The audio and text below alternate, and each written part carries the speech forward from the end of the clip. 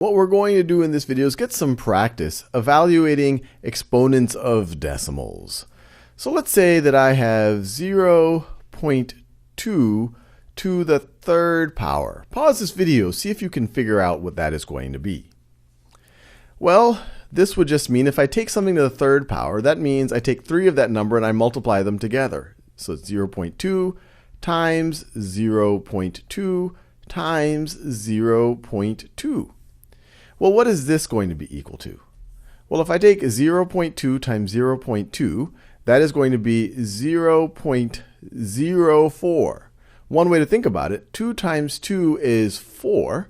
And then I have one number behind the decimal to the right of the decimal here. I have another digit to the right of the decimal right over here. So my product is going to have 2 digits to the right of the decimal. So it would be 0.04.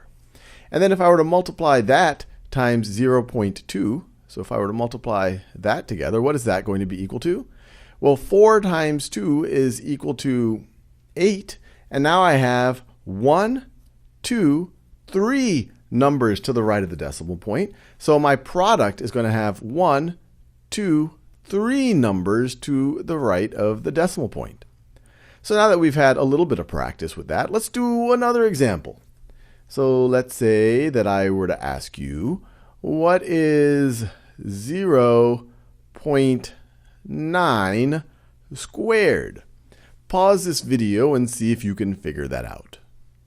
All right, well, this is just going to be 0.9 times 0.9.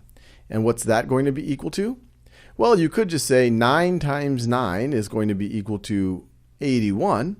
And so let's see, in the 2 numbers that I'm multiplying, I have a total of 2 numbers, or 2 digits, to the right of the decimal point. So my answer is going to have 2 digits to the right of the decimal point. So I'd put the decimal right over there, and I'll put the 0, so 0.81.